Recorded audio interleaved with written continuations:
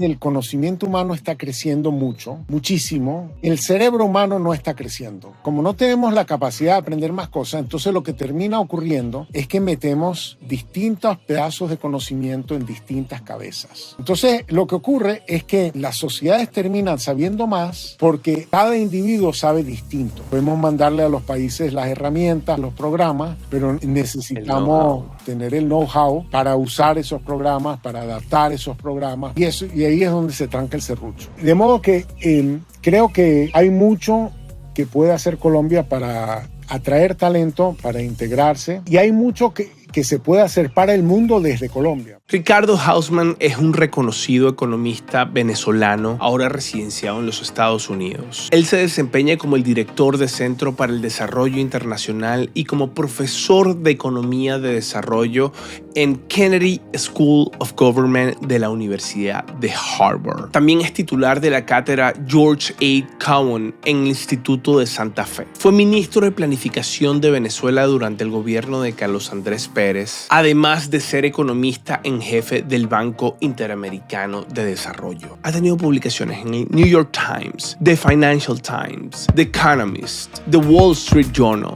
The Washington Post, etc. Hoy Ricardo Hausmann es nuestro invitado especial y no solo nos ilustrará el panorama mundial y la recesión económica esperada, sino que también compartirá su perspectiva dentro de la industria tecnológica. Mi nombre es Osvaldo Álvarez y esto es Coffee Power.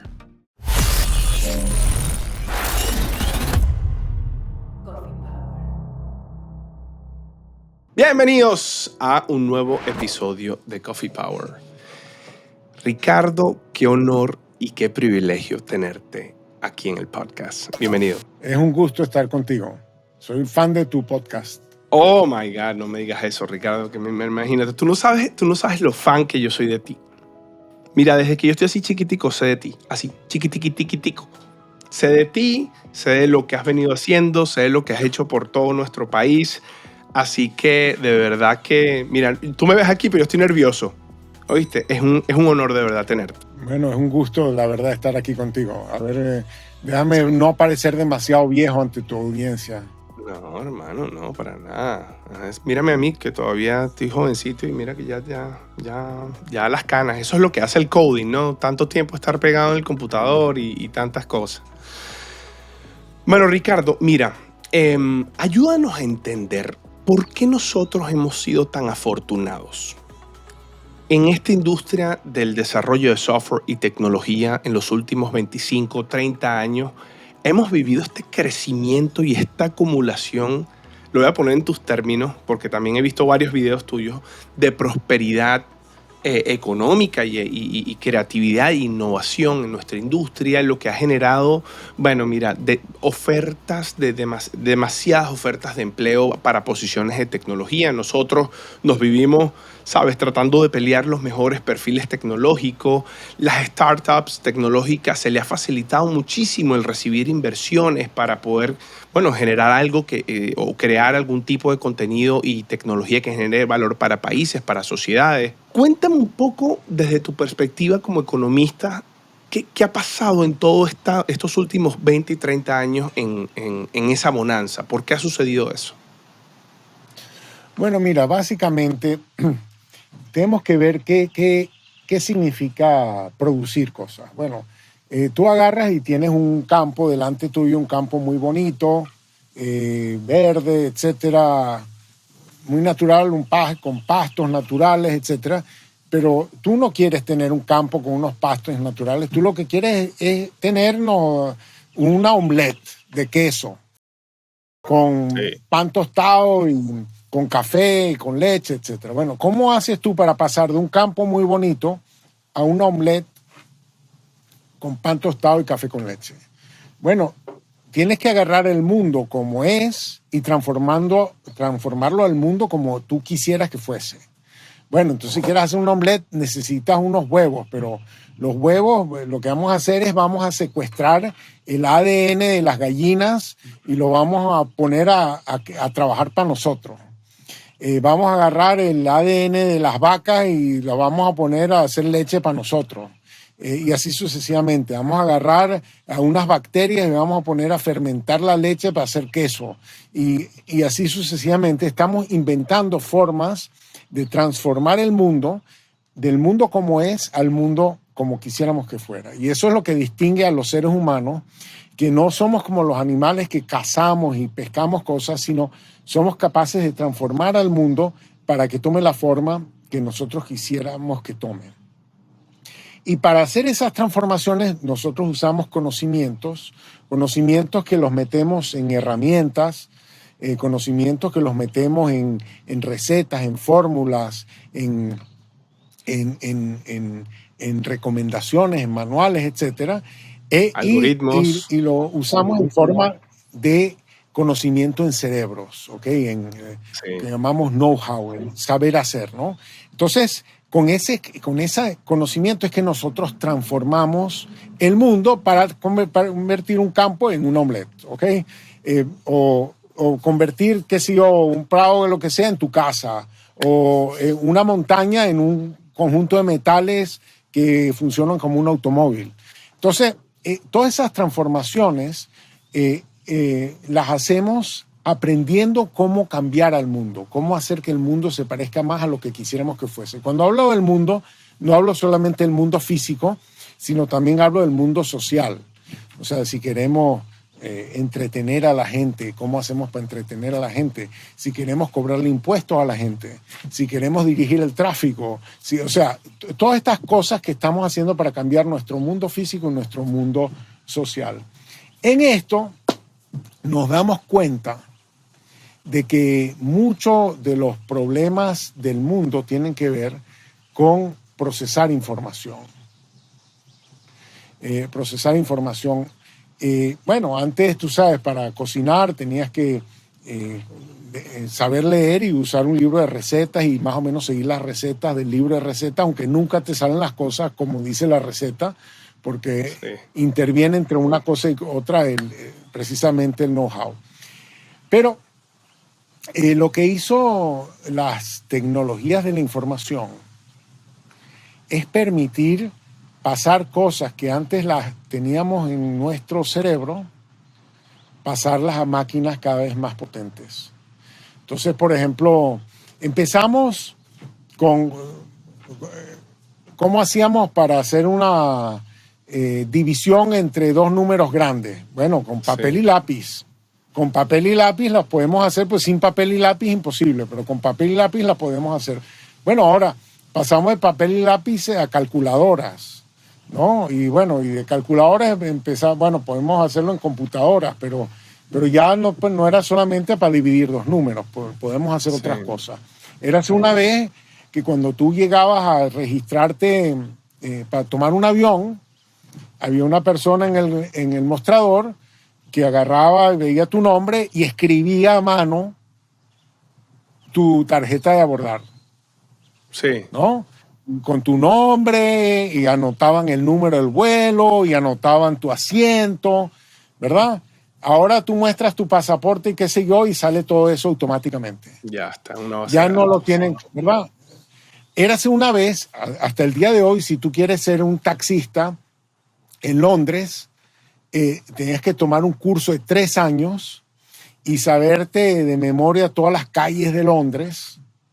Y claro, si te pedían que te llevaras que los llevaras a Oxford o incluso a Heathrow, etcétera, eso estaba fuera de donde los tipos habían estudiado esos 3 años y bueno, ahí se perdían. Claro. Bueno, ahora todo eso está en Waze o está en Google Maps, etcétera, donde que ya tú no tienes que tener ese conocimiento en tu cerebro, ese conocimiento lo puedes accesar en el momento que le necesitas de forma mucho más fácil. Entonces, todas esas cosas han permitido reinventar cada aspecto del aparato productivo. Entonces, la forma como pagamos, la forma como cobramos, la forma como coordinamos producción, la forma como distribuimos música. Eras una vez donde tú ibas a comprar tus long plays de música, ¿verdad? Y después hace poquito. Los cassettes, ese fue en los CDs, Y entonces habían tiendas de Sí, música y uno se pasaba, se enamoraba en las tiendas de música y mirar todos los departamentos y claro. demás. Bueno, ahora toda esa cosa está en iTunes. Entonces, el, esto, las tecnologías de la información se convirtieron en esto que llaman los economistas tecnologías de propósito general. Tecnologías que permitieron reinventar todas las actividades humanas previas, reinventarlas a la luz de que ahora podemos procesar información de manera distinta. Y por eso es que este sector creció tanto. Creció tanto porque es un sector que ha permitido que todos los demás sectores de la economía se reinventen. Mira, sabes que me estás diciendo eso y me fui a un video tuyo donde tú usas un Scrabble, ¿no? Y dices que los humanos vamos a tener una especie de human beats o algo así, ¿no? Donde tú, mientras más palabras o más letras pegues, tienes más oportunidades de combinar distintas industrias. Y eso que tú dices, ¿no? De que la tecnología ha permitido que también otras industrias se desarrollen es lo que está pasando. Y te pongo un ejemplo, o sea, siguiendo lo que tú dices, existen estas aplicaciones de matching, ¿no? No sé si las has visto, de Tinder y Bumble y todo esto. ¿Qué es eso? La tecnología incluso ha llegado hasta ofrecer soluciones para que dos personas puedan hacer match y se puedan juntar y se puedan salir y puedan casarse, todo eso. Y así va siguiendo, ¿no? O sea, hay aplicaciones que te hacen el delivery a tu casa, hay aplicaciones que te mandan el taxi a tu casa, hay aplicaciones que te resuelven incluso dónde poner el furniture de tu casa. ¿Tú crees que esto va a ser algo que siempre va a crecer, va siempre a estar en crecimiento o va a llegar un momento donde vamos a tener que dosificar la tecnología? Yo creo que siempre va a crecer y que ese crecimiento no hay quien lo pueda detener. O sea, porque es algo que está ocurriendo muy descentralizadamente en la mente de todo el mundo que está tratando de ver cómo se pueden hacer las cosas diferentes. Déjame volver a tu metáfora esta que mencionaste, Scrabble. Lo que yo Sí, digo es que el conocimiento humano está creciendo mucho, muchísimo. sí, El cerebro humano no está creciendo. Entonces, la forma como crece el conocimiento, o sea, si tú te pones a pensar, el número de libros publicados cada año está creciendo exponencialmente. El número de libros publicados a lo largo de la historia también está creciendo exponencialmente. Nuestra capacidad de leer los libros no está creciendo. O sea, nosotros no tenemos más capacidad de leer que Tolstoy o que Oscar Wilde o que ninguno de ellos, pero tenemos muchísimo más que leer. Hay muchísimo más cosas que leer.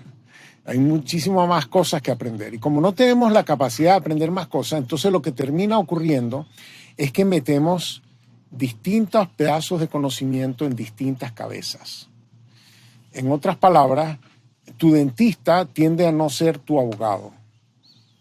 sí, Entonces, lo que ocurre es que las sociedades terminan sabiendo más porque cada individuo sabe distinto. Y claro. ponemos distintos pedazos de conocimiento en distintas cabezas porque tenemos una limitación humana a saber. ¿Okay? Entonces, eso es lo que llamo, ¿no?, el person byte, ¿no? O sea, que a una Sí, persona le cabe una cierta cantidad de información, como el crecimiento, la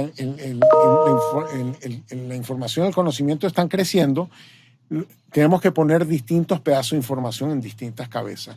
Érase una vez que teníamos unos tipos que sabían de programación, pero ahora esa no es una definición suficiente. Hay unos tipos que son front-end developers, hay unos tipos que son back-end developers y unos que se especializan en saber cómo hacer que las bases de datos funcionen súper rápido y que vayan procesando cosas antes de que tú se las pidas para que el proceso de reacción sea más rápido. Y eso es muy distinto de los que se preocupan de cómo se ve tu página web frente al usuario y cómo hacer que la interacción con el usuario sea más intuitiva, etcétera. total. Y todos los que hacen data análisis y son gente que saben de distintas cosas, pero tú los necesitas todos para hacer un producto, ¿no? Entonces, Sí. la idea es que los productos tienen que integrar conocimientos de distintas áreas que típicamente están en distintas cabezas Y por eso es que las cosas terminan haciéndose en equipo y no las puede hacer un individuo trabajando solo, porque requiere de cosas que no sabe hacer, requiere de cosas que saben hacer otras personas, otros equipos, y estén colocalizados o por la web o por donde sea, ¿no? Entonces, esa transformación que ha ocurrido en el conocimiento humano, yo creo que esa no la detiene nadie. O sea, al mismo tiempo que están gente preocupándose, por ejemplo, para hacer Tinder y estas cosas, lo que necesitas hacer es tratar de entender qué hace que parejas funcionen. Bueno, entonces, en esto, inteligencia artificial puede procesar muchísima más información que una comadrona vieja que tiene mucha experiencia. Entonces, pero que era la forma que lo hacíamos antes, ¿no? Y de hecho, te diría la comadrona, eso no es verdad. Yo lo hago mejor. pero de hecho yo uso eso mismo para recomendar a los países estrategias de diversificación. Estos mismos recommender systems que usa Netflix para decir, bueno, si te gustó esta película, también te va a gustar esta otra película, a pesar de que tú no le has dicho a Netflix cuáles son tus gustos, qué es lo que a ti te gusta, etcétera, y ellos tampoco saben qué es lo que está en cada película, sino que saben patrones de a los que les gustó esta película también les gustó esta otra, si a ti te gustó esta, probablemente te guste esta otra, que es la forma un poco como Tinder también funciona. Entonces, estas ideas genéricas pues están revolucionando esa industria de conseguir pareja, pero también está revolucionando la industria de cómo pensar los procesos de diversificación económica y pues cómo hacer que conectar a la gente con oportunidades que le puedan parecer más interesantes. Mira, Ricardo, tú en tu video, en tu presentación, que aquí le vamos a dejar el link en la descripción y les va a aparecer acá, ustedes tienen que ver ese video de Ricardo. Dura 1 hora, pero señores, ese video lo tienen que ver 7 veces. Se los pido, por favor, véanlo 7 veces. En ese video, Ricardo, tú pones una foto de un software developer. Y ese software developer, después tú pones otra foto y es un esquimal con unos lobos en el Polo Norte. Y tú dices, bueno, ¿qué pasa si ponemos este software developer? Me explico, ¿dónde vive este esquimal? Que este esquimal quizás allá sabe cómo, sabes, cazar, cómo pescar, cómo hacer cosas porque tiene el know-how de hacerlo allá. Si tú pones este software developer allá arriba, le pueden pasar 2 cosas. Y tú dices, o se muere del frío o se muere de hambre, pero una de las 2 le va a pasar. Y es verdad. Mira, a mí tú me quitas la electricidad y yo soy completamente improductivo. Yo no sé qué hacer. O sea, yo no sé, o sea, yo no sé cómo sembrar una mata. Yo no sé cómo, o sea, yo no, o sea, usar una bicicleta para moverme, pero no sé ni cómo hacer una bicicleta. ¿Me explico? A mí me gustaría que, basado en este ejemplo, tú nos expliques un poco ese concepto que tú tienes del know-how y por qué el know-how es tan difícil de mover y que las herramientas, que son o los tools o los algoritmos, que es el knowledge, es algo que es fácilmente de mover. No sé si sabes un poco de lo que te estoy diciendo, si te entendí bien. Me entendiste muy bien. Mira, la razón por la que todos nos sentimos inútiles es que todas las cosas que queremos usar son palabras y nosotros somos letras. Y una letra no sabe hacer palabras de más de una letra. Entonces, nadie sabe hacer nada de lo que usamos, porque lo que usamos, todo lo que hacemos, todo lo que usamos, está hecho por equipos diversos. Tú agarras cualquier empresa, no tiene que ser muy moderna, va a tener gente que sabe de contabilidad, gente que sabe de finanzas, gente que sabe de mercadeo, gente que sabe de producción, gente que sabe de manejo de recursos humanos, gente que sabe de impuestos, gente que sabe de contratos, en fin. Tú para operar una empresa tienes que poder saber de todas esas cosas y eso no lo sabe una persona, lo saben equipos. Entonces, lo que produce una empresa es estas letras mezcladas, si tú quieres, son palabras. Y como tú lo que eres es una letra, tú tienes un pedacito del conocimiento necesario para hacer todo el producto. Para hacer todo el producto necesitas todo el otro conocimiento, todas las otras letras. Entonces todos nos sentimos inútiles porque no sabemos hacer nada a menos que dependamos. Es como que el shortstop juega un juego de béisbol él solo. Exacto.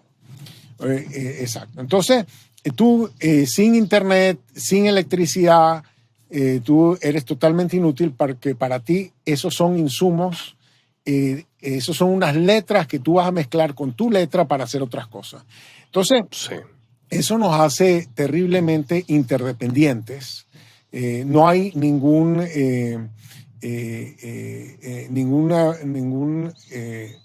persona sola que se haya vuelto millonaria trabajando por su cuenta. O sea, eso no existe, ¿no? Toda la creación de valor es un proceso de interacción social, de movilización de conocimiento. Entonces, el problema, yo te puedo a ti escribir un programa, te lo puedo mandar por email, lo puedo poner en GitHub, tú te lo puedes bajar. Este hombre sabe de tecnología también. ¿Cómo es esto? No, ¿Cómo sabes lo que es GitHub? Dios. pero bueno, y entonces yo puedo mover el software muy rápidamente y hacerlo correr. Yo no puedo leer el programa y entenderlo. Claro. Yo no puedo editar el programa, ¿verdad? Porque para eso tengo que tener conocimientos en mi cabeza que me permiten ver el código y saber qué es lo que está haciendo el código. Si el programa deja de correr y tiene un bug y lo tengo que buscar, yo no sabría dónde buscarlo porque ese conocimiento no está en el código. Ese conocimiento tiene que estar en cerebros. Y nosotros para implementar cosas necesitamos algunas cosas que pueden estar en código, algunas cosas que pueden estar integradas a herramientas, pero necesitamos algunas cosas que tienen que estar en cerebros. Y esas cosas que tienen que estar en cerebros son las que son más difíciles de acumular, son más difíciles de transmitir. O sea, el know-how típicamente no requiere que la persona entienda. O sea, por ejemplo, tú sabes caminar, pero tú no tienes ninguna comprensión de lo que tú haces cuando caminas. No sabes qué músculos mueves, no sabes cómo regular tu corazón y tu respiración para mantener el cuerpo oxigenado, no sabes cómo mantienes tu equilibrio. El cerebro sí sabe, pero tú no. O sea, son cosas que están en tu cerebro, pero no están en tu mente. Es como un black box para mí, es una caja negra. Exacto. Eso funciona y punto, y yo la uso. Exacto. Y lo mismo ocurre cuando leemos. O sea, tú miras y viste la palabra. Tú no estás haciendo carro. No, o sea, tú viste la palabra e inmediatamente la entendiste. Porque eso pasó de el prefrontal cortex que llaman, esta parte consciente, deductiva y demás. Si tú quieres, esa parte fue ya compilada. Y como está compilada, no está escrita en Java. Entonces no la puedes leer. Ya son puros ceros y unos y ya no tienes acceso a eso. Está metido en tu cerebro en otro lado. Y por eso, digamos que aprender a tocar el violín toma 15 años, ¿no? Y si tú quieres mejorar en el violín, no basta con hablar con un experto que te va a dar información. Porque esto pasa por otro lado. Es la capacidad de ver, entender, deducir, etc. Tiene que estar el cerebro, digamos, reprogramado. Y eso toma tiempo. Y por eso es que el proceso de desarrollo de los países es más lento que lo que quisiéramos, porque este componente humano es el que va a la saga. Podemos mandarle a los países las herramientas, podemos mandarle a los países los programas, pero necesitamos tener el know-how para usar esos programas, para adaptar esos programas, para acoplarlos al ecosistema. y ahí es donde se tranca el serrucho. Claro. Ya está disponible nuestro curso de liderazgo en equipos de ingeniería de software en Udemy. Un curso para ayudarte en tu misión de ser cada vez un mejor líder en tecnología. El curso ya es bestseller en la plataforma de Udemy y contamos con más de 22,000 estudiantes. Así que aquí en la descripción te dejo un código de descuento. Nos vemos en el curso. Mira, tú dices que el know-how es la habilidad de hacer una tarea, de ejecutar una tarea. Pero también dices que el know-how no es entendimiento. Know-how is not understanding. Así es. ¿Cómo es eso? O sea, por ejemplo, ¿qué te digo yo? En la Biblia hablan de vino y en la Biblia hablan de pan y hablan de levadura y demás. No hablan de bacterias,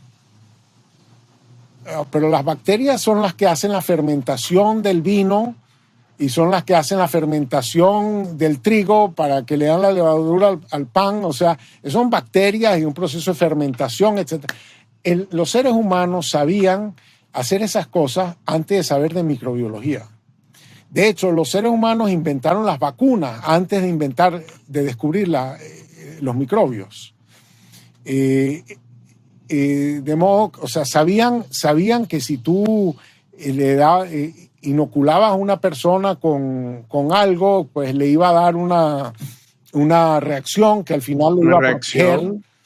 Pero eso fue antes. Pero las hierbas de los indígenas y todo eso, imagínate. Exacto. Entonces, hay muchas cosas que que aprendimos a hacer sin entender profundamente qué es lo que estamos haciendo.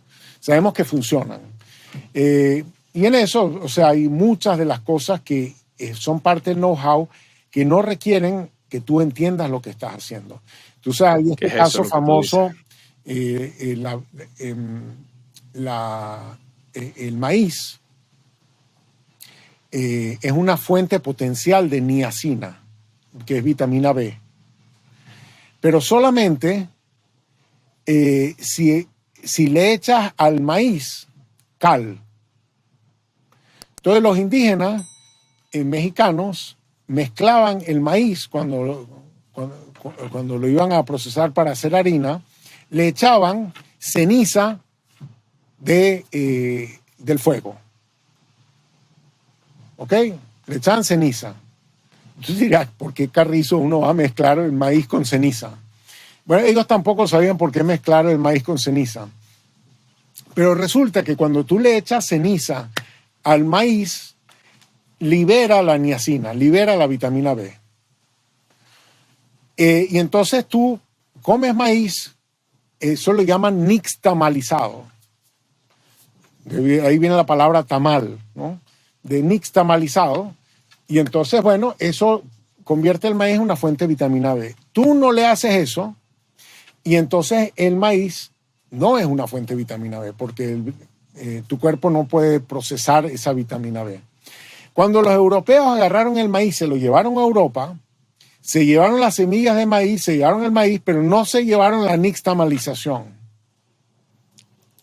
Y entonces el maíz se volvió la fuente básica de alimentación en muchos sitios de Europa, especialmente en invierno. Y en invierno no hay otras fuentes de vitamina B, porque no hay frutas frescas, y entonces la gente le daba déficit de vitamina B, que genera una enfermedad que se llama pelagra, de la cual se murieron millones de personas. Millones de personas a lo largo de los años, hasta más o menos el año 1920 y pico, que descubrieron que la pelagra era un déficit de vitamina B. No. Y que eso tiene que ver con que lo hubiesen evitado esas millones de muertes con la ceniza. Con la ceniza. ¿Okay? Entonces, los indígenas no sabían esto. Los indígenas mexicanos no sabían por qué ellos le echaban ceniza a la... De pronto sentían que le daba mejor sabor, o mejor textura, o mejor lo que sea. Pero los indígenas mexicanos no se murieron de pelagra, los italianos se murieron de pelagra como moscas, porque no entendían exactamente cuál era el proceso de lo que estaban haciendo. Entonces, mucho de este conocimiento que está en una sociedad que uno no sabe, uno no lo entiende, no lo conoce, etcétera, no entiende por qué ocurren, pero uno sencillamente sabe hacer las cosas y punto. Wow. Ahora, Ricardo, en todo lo que me dices, ahora te lo voy a poner de esta manera. Las sociedades invierten en traer tecnología a sus países, ¿no? Y traer conocimiento, los algoritmos, los tools o cualquier cosa que ellos necesiten, ¿no? Entonces, tienen el check de los tools, tienen el check del knowledge, que es códigos, todo lo que sea. Pero en muchos países han existido mucha fuga de know-how. Mucha gente se va. Bueno, en nuestro país se fue mucha gente, por ejemplo. En muchos países latinos, la gente, cuando llega a cierto nivel, también muchas veces las opciones es irse a un tech company en Estados Unidos, o aquí en Canadá, o en Europa, o irse a otro país donde esté funcionando. Entonces, digamos, si eso sigue pasando, en consecuencia, eso no va en contradicción al desarrollo de los países. Bueno, déjame decirte, en primer lugar, creo que los países, o sea, uno de los secretos del desarrollo es poder atraer cerebros que te ayuden a completar el know-how. O sea, traer gente que sepa de cosas que de pronto los locales no saben. En ese sentido, el atraer talento extranjero puede ser una fuente muy, muy importante de dinamización. Venezuela, de donde somos tú y yo, durante mucho tiempo fue un imán de atracción de inmigración, y eso llevó a que teníamos los mejores restaurantes italianos, los mejores restaurantes españoles, los mejores restaurantes chinos, los mejores restaurantes de todos lados, porque atraímos gente de muchos lados.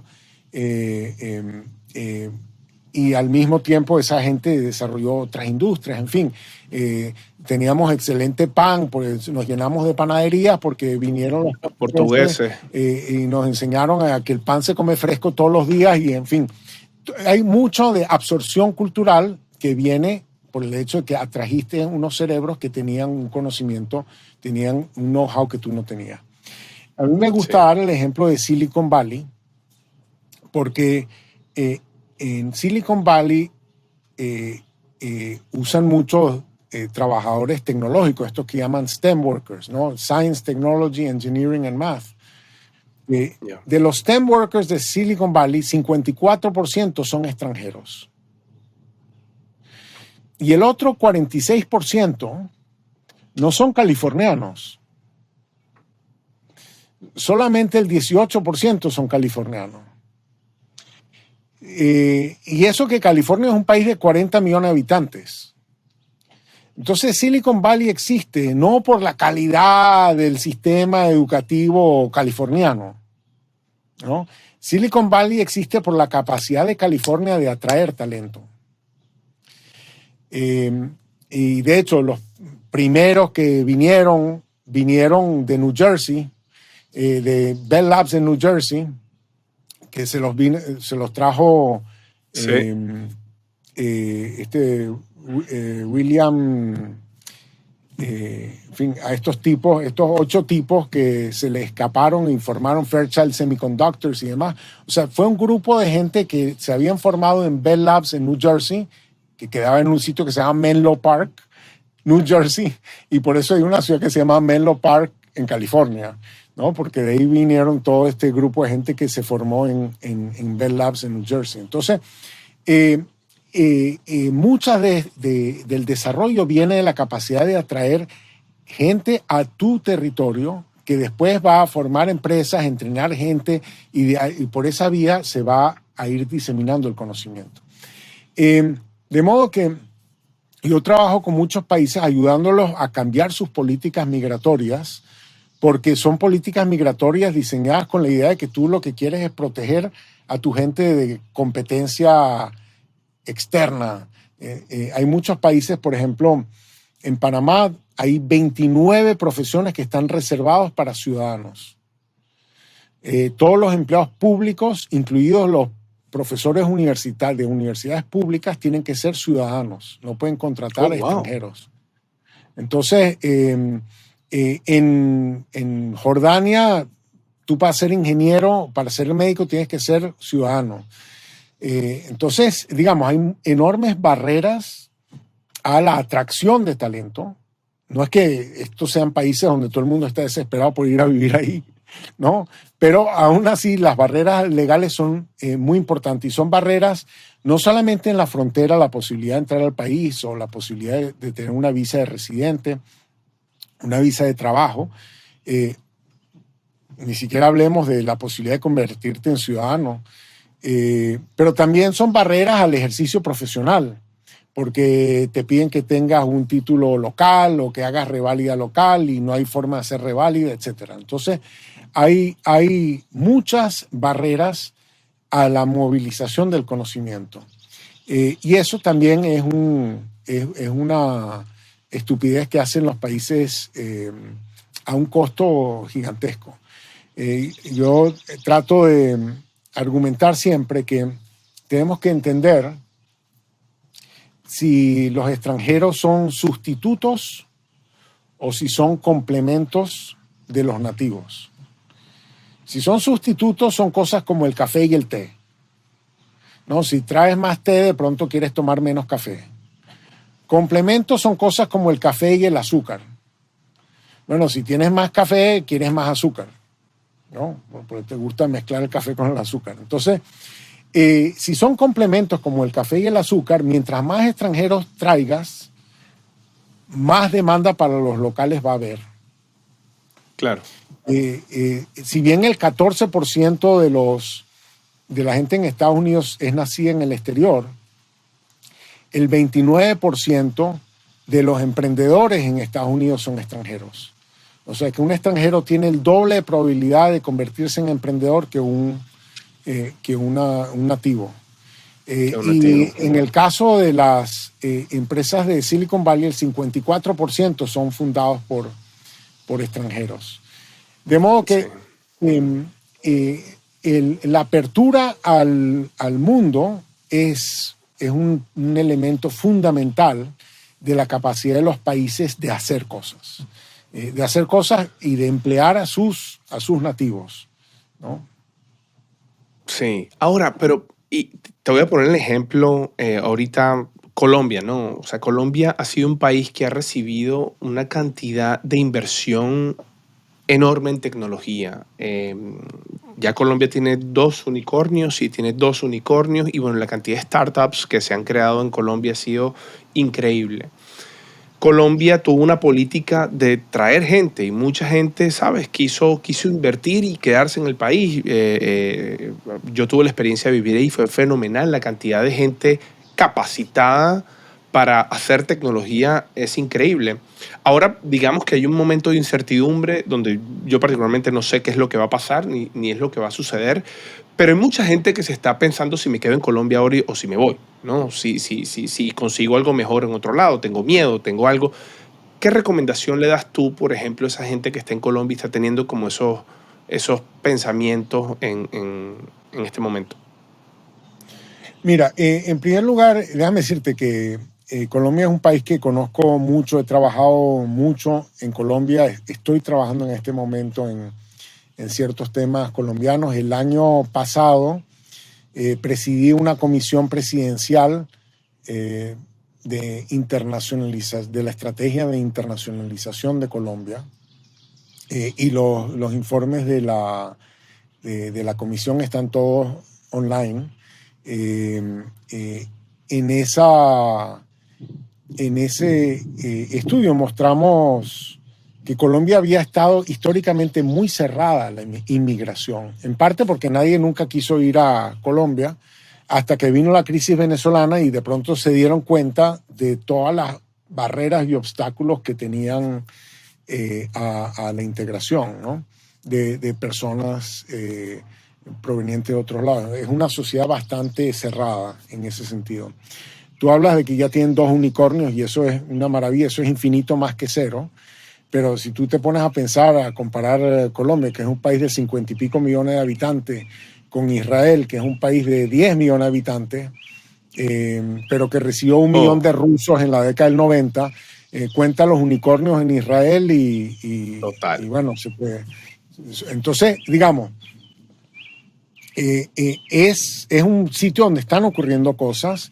Yo creo que pueden ocurrir muchas más cosas. Hay ciertas estrategias que recomendamos en esa misión que se podían seguir para acelerar ese proceso. Entre ellas, también dinamizar a la diáspora colombiana. Hicimos un estudio que forma parte de los reportes de la misión, donde estudiamos a la diáspora colombiana, que la estimamos en como 5 millones de personas, considerando primera y segunda generación. Lo encontramos en los censos poblacionales de los países a donde fueron, los encontramos por Twitter, buscamos por Twitter las personas que se definían como colombianas o que ponían la banderita de Colombia en su definición, etcétera, o que hablaban de Colombia, que sea. Entonces los encontramos en el mundo, a los colombianos por Twitter, por Facebook, y les hicimos una encuesta. La mandamos por internet y nos contestaron 11,000 personas esa encuesta. ¡Oh, Dios! Entrevistamos a algunos de la diáspora, por ejemplo, este tipo, se me escapa su primer nombre de apellido, Torrenegra. Alex Torrenegra, sí. Alejandro Torrenegra, de Torre.info en Silicon Valley, sí. Que tiene parte de su empresa, contrata a muchos programadores colombianos. De modo que creo que hay mucho que puede hacer Colombia para atraer talento, para integrarse, y hay mucho que se puede hacer para el mundo desde Colombia, porque una de las revoluciones que están ocurriendo es que antes la gente tenía que ir a la oficina para trabajar. Con COVID nos enteramos que lo que hacíamos en la oficina lo podemos hacer desde casa, pero lo que se puede hacer desde casa se puede hacer desde cualquier lado. Entonces tenemos estos nómadas digitales moviéndose a distintos lados del mundo. Tenemos un episodio de eso, nómadas digitales, aquí se lo dejamos. Bueno, y ese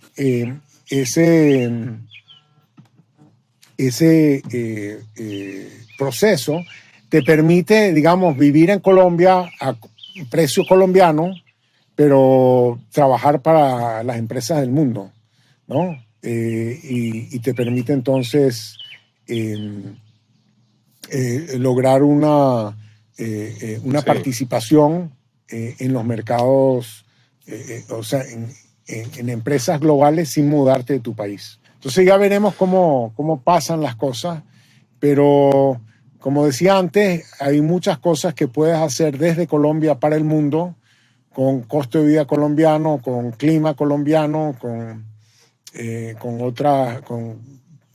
proximidad a tu cultura y a tu familia y a tus tradiciones, pero integrado a la economía mundial. Sí, es así. Ahora, Ricardo, para irnos a otro tema que es lo que estamos viviendo justo en este momento que estamos grabando el podcast, estamos grabando junio 28 del 2022, hay una potencial crisis económica, para no decir que ya existe, tú me corregirás, y se está hablando de una recesión. Nosotros hicimos un episodio donde explicamos un poco lo que está sucediendo, pero yo quisiera tu opinión como economista, que nos pongas en contexto un poco con lo que está sucediendo en el panorama de la crisis y cómo esto pudiese impactar al sector de la tecnología.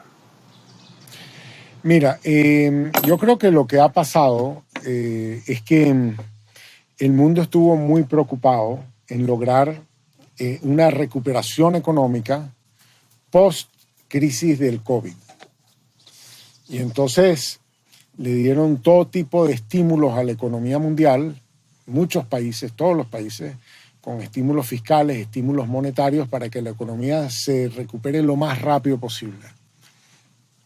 Y de hecho el año 2021 fue un año de muy rápida recuperación en muchos lados del mundo, incluido en América Latina. Y varios países de América Latina para el año 2021 ya están por encima del Producto Interno Bruto del 2019. No es el caso de Venezuela, no es el caso de Argentina, no es el caso de Ecuador, pero sí es el caso de Chile, es el caso de Colombia. Y para el grueso de los países ya en el 2022 están por encima del 2019. De modo que el foco de atención era recuperar rápidamente a la economía dándole estímulos del lado de la demanda. Lo que pasa es que al mundo se les pasó la mano. Se le pasó la mano y le pusieron como demasiado candela al fuego y generaron más demanda de la que el aparato productivo tenía capacidad de suplir. Y eso es lo que ha disparado la inflación. Se han disparado el precio de la energía antes de la guerra de Ucrania ya. Se había disparado el precio de los metales, el precio de los alimentos. Con la guerra de Ucrania, pues estas cosas se han agravado porque Ucrania y Rusia son, además de que Rusia es un importante productor de energía, Rusia y Ucrania son importantes productores de cereales y oleaginosas y son importantes productores de fertilizantes. Y entonces esas cosas están todas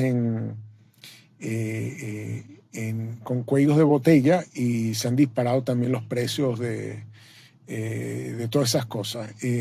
Eso ha llevado a que la política económica cambie de rumbo y en vez de que el foco sea, pongámosle full chola, dirían en Venezuela, máxima velocidad a la economía para que se recupere, sino que ahora la atención es decir, no, tenemos que bajar el ritmo de demanda a la capacidad de producción del país, al producto potencial, como le llaman.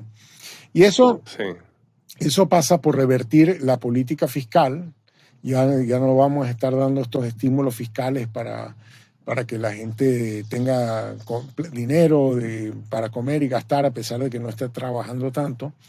Y estímulos monetarios a través de tasa de interés muy baja. Ese cambio de rumbo está haciendo que muchos precios de activos financieros se tengan que ajustar. El bono del Tesoro americano cayó de valor, entonces quiere decir que las tasas de interés suben, quiere decir que el dinero se vuelve más costoso, quiere decir que de pronto los venture capital funds no están tan llenos de dinero, ¿verdad? Pero que las empresas no están tan valoradas porque a la hora de descontar los flujos de caja futuros, la gente lo está empezando a descontar a tasas más altas. Entonces las empresas de tecnología en promedio han caído cerca del 50%. Entonces, claro, con empresas que ahora se sienten no tan ricas como antes, se ponen un poco más a la defensiva, quieren proteger más su flujo de caja, creen que no pueden salir a levantar dinero con la facilidad que lo levantaban antes. Y entonces, claro, la estrategia empresarial es volverse mucho más cautos. Como este es un sector que estaba sufriendo de una escasez de talento fenomenal, para algunas empresas del sector lo van a ver como un alivio, ¿no? Porque les estaban robando el talento a ritmos muy elevados, estaban con unos niveles de turnover, de churn en su fuerza de trabajo muy importante, estaban teniendo que dar todo tipo de beneficios para ver si podían retener a su gente. Creo que de pronto vamos a ir a un periodo donde las presiones en el mercado laboral van a ser menos severas, pero sí creo que este sector tiene el viento en la espalda de largo plazo. O sea, en el año 2000 vino el dot-com bubble burst, ¿no? Explotó el globito ese de las de los dot-coms a finales o sea, principios del siglo. Pero bueno, después vino el boom ¿Se recuperó? de las Haití, ¿no? O sea, hubo excesos. Yo siempre he sido muy crítico de las cripto, que siempre me pareció que eran, digamos, vehículos puramente especulativos. No así de fintech, ¿no? De fintech, donde yo creo que hay muchas cosas de valor que se pueden hacer y con blockchain y demás, pero hablo así de esta especulación de monedas, de criptomonedas. Nunca he invertido en eso un centavo, pero esas todas se están reajustando mucho más del 50% en el grueso de los casos, pero de modo que creo que vamos a pasar por esta turbulencia, pero la idea es llevar a la economía a su potencial. No es que estamos necesitando una gran recesión. En el momento en que vean que se les está pasando la mano del otro lado, van a volver los estímulos macroeconómicos para recuperar la economía. De modo que yo no creo que esta tenga que ser una recesión importante. Sí creo que viene una cierta recesión, pero creo que vamos a devolver parte del exceso. Es recalibrar. Recalibrar un poco después de los excesos de 2021 y 2022. Total. Y bueno, claro que tenemos el problema de Rusia de por medio, y el cambio en la geopolítica mundial, y eso son fuentes de dolor de cabeza de largo plazo. Van a impactar mucho en Europa, porque Europa se da cuenta que no puede depender de Rusia. Entonces, para no depender de Rusia va a tener que pagar un precio, va a tener una crisis energética más grave, porque, o sea, deshacerse del gas ruso, del petróleo ruso, como es su intención, va a venir con costos y les va a ser más difícil el crecimiento. Pero en general yo creo que no debería ser una crisis demasiado importante, y el sector tecnológico yo creo que va a ser de los primeros en recuperarse a la salida. No necesariamente las valuaciones de mercado, pero sí, digamos, la actividad real del sector. La actividad, sí. Ricardo, qué placer y qué honor tenerte aquí en Coffee Power. No, el gusto mío. Se nos fue la hora. Se nos fue la hora, pero merecido. Y a los cafeteros, por favor, regálenle todos los likes que ustedes puedan a Ricardo. ¿Qué posibilidades, digamos, este privilegio de haber tenido a uno de los economistas más importantes del mundo, señores? O sea, como les contábamos en la intro, lo que Ricardo ha hecho por nosotros y sigue siendo por todos los latinos, y tenerlo acá para que nos dé estos consejos de verdad es invaluable. Así que, Ricardo, agradecido. Gracias por tomarme un poquito más de tu tiempo, y bueno, espero tenerte en otro episodio de Coffee Power. Bueno, cuando tú quieras. Un fuerte abrazo. Gracias, Ricardo. Chao, cafeteros. Nos vemos.